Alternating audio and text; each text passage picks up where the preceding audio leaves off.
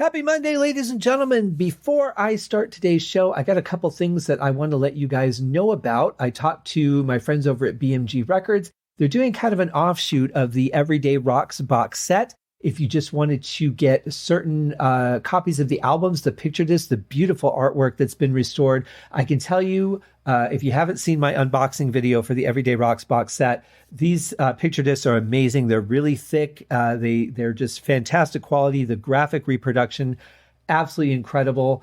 They have released 4 of them already. Very Heavy, Very Humble, Salisbury, Demons and Wizards, and The Magician's Birthday are all available to purchase individually aside from the box set. If you are interested in the box set, those are still available on the same page, except for the 3XL box set with that size t-shirt. That one is sold out. Remember, guys, I've been saying they only make so many of these, so grab yours while you can. And you can also get the Choices box set through this link as well, and that will be in the show notes and updated on the website, scotthaskin.com, and then click on the Uriah Heep podcast link, and it'll be towards the top, because it's important. It's a great place to go for resources. Also, you can go to the official Uriah Heep store, where you can still get some of the other merchandise, like, guitar picks and things like that over at uriah-heep.com, and I'll have that link in there as well. Now, a couple other things that I want to mention really quick. We have had 2 additions, believe it or not, to the Deep Dive Podcast Network. I want to welcome to the network John and Corey at Backtracks Aerosmith Revisited. This is a very different kind of podcast. It belongs in the Deep Dive Network, but it's not a song by song podcast per se, like the rest of them are. This is a very interesting look at Aerosmith and kind of making an ultimate compilation based on songs from different guests and the hosts of the show. A very interesting show, just starting out. Go check that show out. The links will be in the show notes, as well as the other podcast, Clay and Rye at North by South. Now, this one is a different kind of song comparison. We have Rye in the north and Clay in the south, and they are doing a very different kind of contrast for songs. Another very unique podcast on the Deep Dive Network. Link in the show notes. And if those 2 voices sound familiar to you, it's because you've listened to other shows on the Deep Dive Network. So I'm sure you'll be able to figure out who they are. But great additions to the network. Very grateful to have them along. And now to today's show.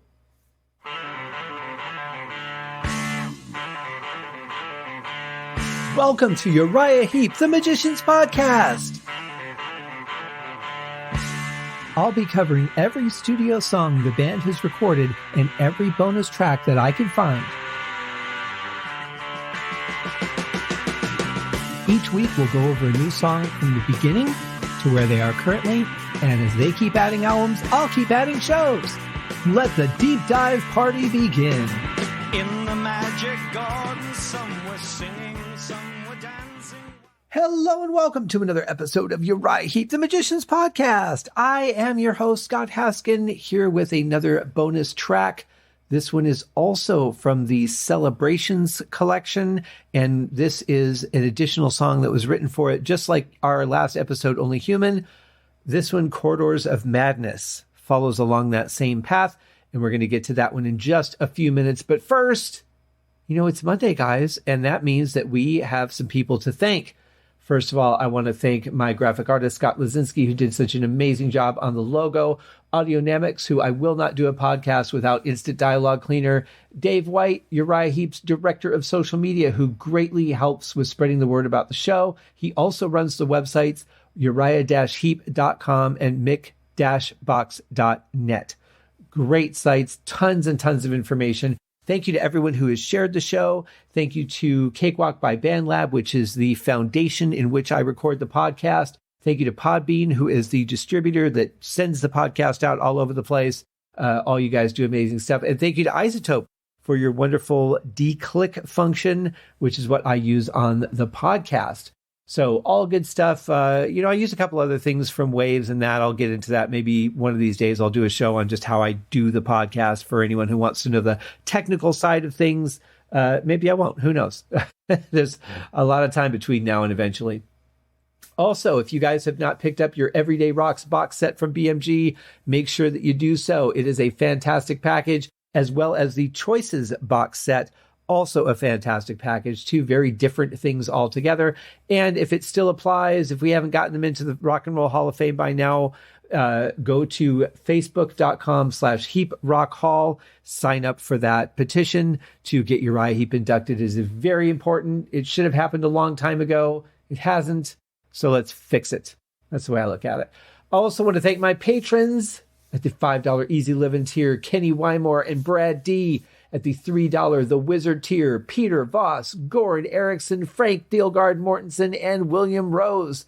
And at the $1 Traveler in Time tier, the one that keeps us wondering about the party inside, Airtight Gravesite. Thank you all very much for your very generous and consistent contributions to the show.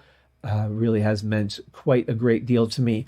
And last but not least, we have some people who also have shows that I want to share. The Deep Dive Podcast Network, the Deep Purple Podcast, the Skinnerd Reconsidered Podcast, T-Bone's Prime Cuts on the Other Side, Sabbath's Bloody Podcast, the In the Lap of the Pods, Hawk Binge, I can't speak again, Maiden A to Z Pod, Diary of the Madmen, the Ultimate Aussie Podcast, Universally Speaking, the Red Hot Chili Peppers Podcast, Metal Gods Podcast, which is all about Judas Priest, and the Podcast Will Rock, which is about Van Halen.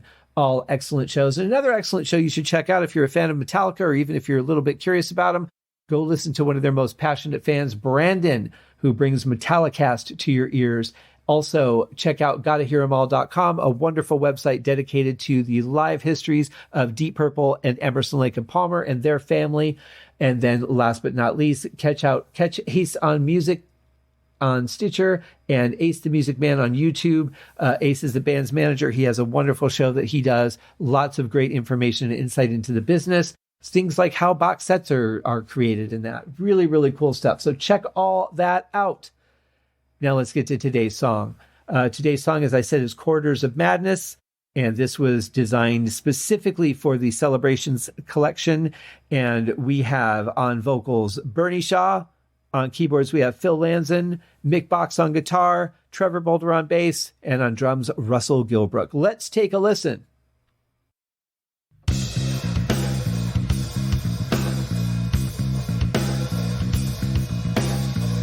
This is a really cool groove. I really dig it. It's got such a power to it, but also just a great motion at the same time.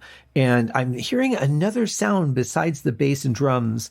I can't quite figure out what it is. Maybe it's an effect cymbal that Russell's hitting, but there's something else in there I can't quite determine. It doesn't sound like a keyboard, but you know, keyboards can make so many sounds that easily could be.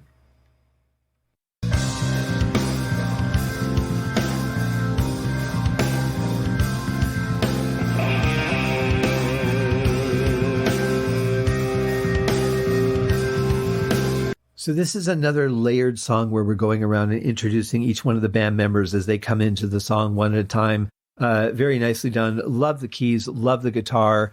Just sound fantastic on this song. I'm looking out over the water, feeling the cold in my bones. A terrible nightmare growing around me. I never felt so alone. I'm going to speculate that that's Trevor singing along with Bernie on the verse here. It sounds like a lower, deeper voice, and Trevor's voice is really similar to that. So that's my guess is who it is. I have no notes, no documentation or anything on these songs. So that's just my best guess coming through. I started to see my reflection, a whispering light in the sky. The dark water called me, pulling me in, down where the old spirits lie. That's pretty cool. I like that. I like the whispery sort of feel in the vocals, but you're still getting some meat behind it. I like the way that the words are delivered there is pretty nice too. Kind of reminds me a little bit of Return to Fantasy. Yeah, that's it.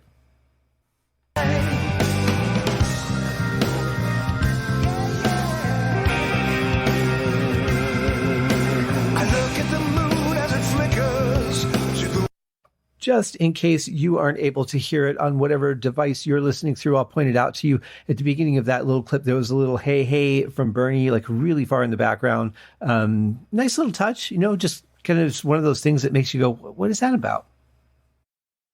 To the waves like a lost memory, I'm losing control as the spirits are laughing, singing their dark harmony. They try everything to destroy me, they're drawing me into their game. Question or answer, will I live or die, convincing me I am insane. The sound seems to be thickening up a little bit as we go along through the song, and I like that. It feels like there's a build there. I can't say exactly what it is. I'm just feeling like it's getting bigger with each pass of the verse. But really cool, though. Nice fill in from Mick. And again, the keyboard's a little bit strong in this song. Not as much as I think it was in the last one, but still a wee bit strong.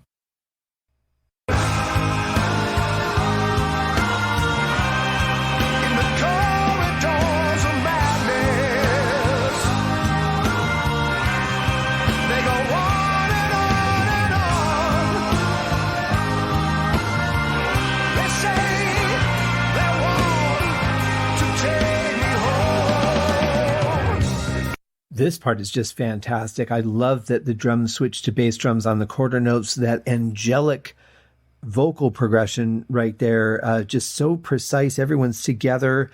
It sounds amazing. And then with the lead vocal in there, it's really just a killer part.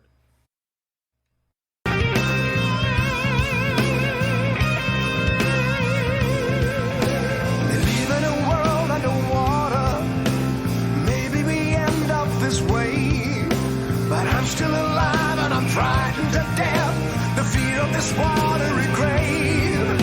I'm reaching out into the silence, begging for help to appear. The whisper of light that was there in the sky, pulling me into the clear. Now the organ is loud on this one too, but I can hear the guitars and the bass, and the bass groove is fantastic. But I can hear what Mick is playing as well, so there's a little more clarity to this one, which makes me happier.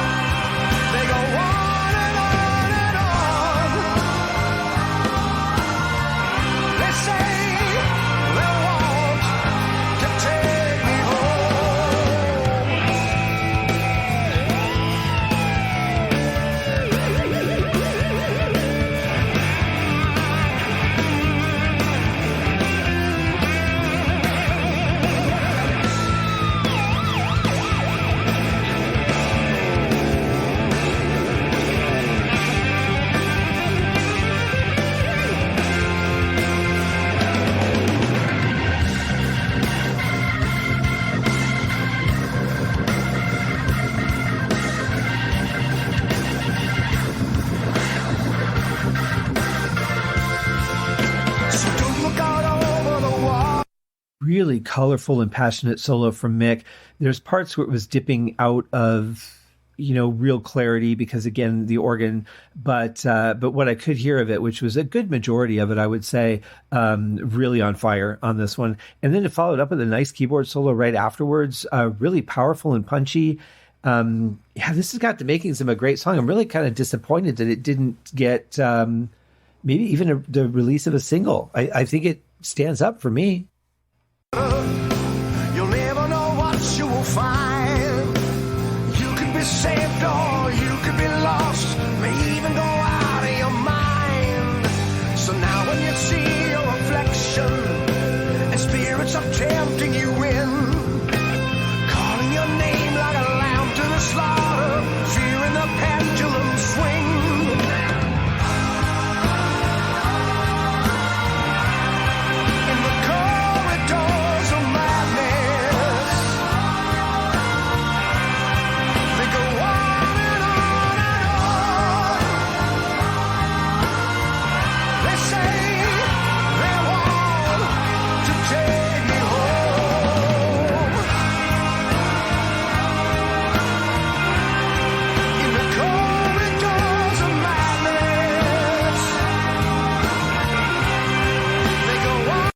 Maybe it's just my imagination, but it seems like the backing vocals have gotten even bigger. Maybe they layered another track or two on there, but they just feel bigger. But this song is the sound of it right now, just so rich and full. Other than that organ, it's mixed pretty well. It just sounds really good. And I love the feel of this chorus, especially the vocal and the backing vocals, the way that they're working together. This is a really good song.